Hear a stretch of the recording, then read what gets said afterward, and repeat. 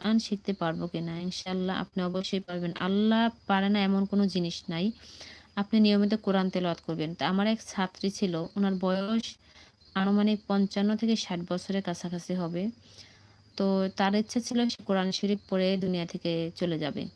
তার একটা আশা ছিল। সবসময় বলত আরকি, যখনই পড়তে আসতো, যখন কায়দা হাতে দিয়েছি, উনি উম কান্না করত। প্রায় সময় কান্না করত, যে বলত, ম্যাডাম আমি কি পড়তে পারবো?" আমি বলবেন আমি বলেছি যে, "অবশ্যই পারবেন। পারবেন না কেন?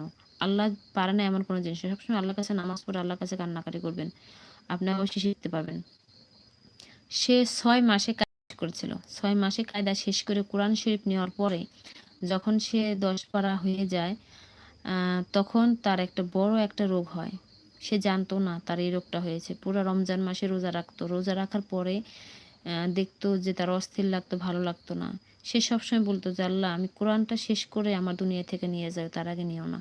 সে সবসময় এই কথা বলত। কিন্তু তার চোখের সমস্যা যতটুক ছিল, চশমা দিয়ে সে কায়দা পড়ত। যখন সে কোরআন নিয়েছে ২ পারা পড়ার পরে সে আর চোখে চশমা নেয়নি। তার চোখে আর চশমা লাগে নাই। সে চশমা ছাড়াই পড়ছে, কিন্তু আল্লাহ তাকে আসলে কবুল করে নিয়েছে। তার অর্ধেক কোরআন পড়া শেষ হইতে না সে ক্যান্সারে আক্রান্ত হয়ে যে গত মঙ্গলবার সে দুনিয়া থেকে চলে গেছে। দোয়া করবেন তার জন্য। আমি যখনই লাইভে আসি মাঝে মধ্যে তার কথা বলতাম।